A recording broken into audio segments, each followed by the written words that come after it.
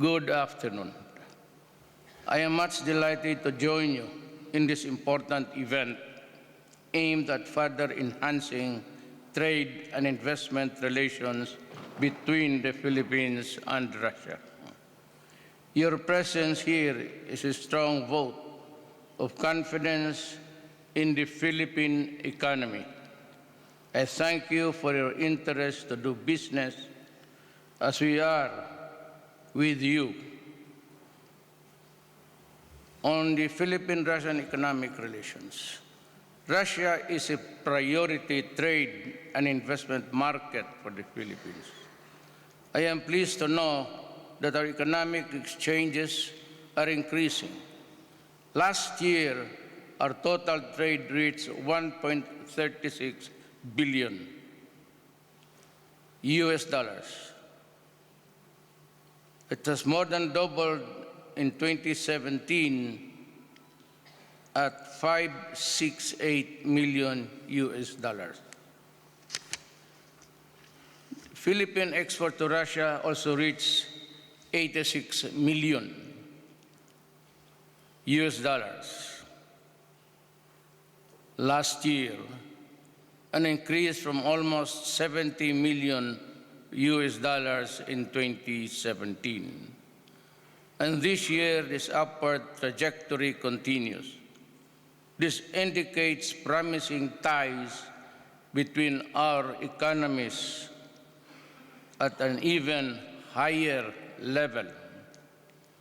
Towards the end, we opened the Philippine Trade and Investment Center in Moscow in 2018. We also established an intergovernmental consultative mechanism purely for economic concerns. I am pleased that in the recent meeting, our economic officials in August of 2019 here in Moscow, they agreed to further maximize opportunities in trade and investments, agriculture, transport, and infrastructure. We signed cooperation agreements in the aerospace, automotive infrastructure, energy, and pharmaceutical industries. These are mutually beneficial for both our countries. Our efforts to revitalize bilateral relations are bearing fruit. Very recently, 2 or more Philippine fishery establishments gained accreditation to export to Russia and to other Eurasian markets. I personally thank President Vladimir Putin and Prime Minister Dmitry Medvedev for this, knowing this will create more jobs for the Filipinos. In the coming days, we are determined to bring more of our food products to Russia.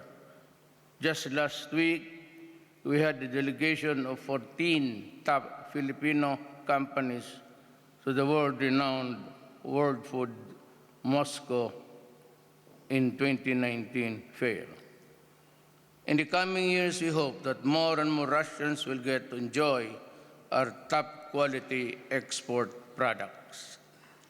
The Philippines' robust economy is attracting investors every year. Our growth rate is steady and going strong. Our national or annual GDP growth rate was positive for 82 consecutive quarters and above 6% past 70 years since 2012. We are one of the fastest growing economies in Asia and the second fastest in ASEAN. Our economic advantage lies on the strength of our young workforce population.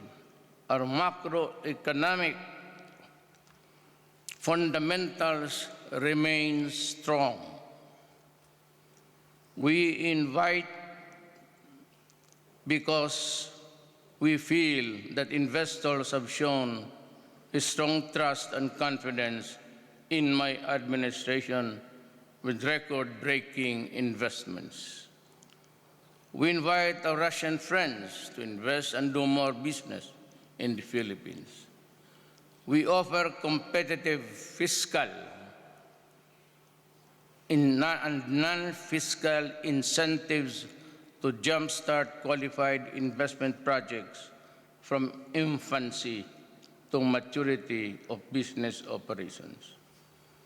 And these include income tax holiday that exempts the company from the payment of the 30% corporate earning tax from 4 to 6 years from the start of commercial operations.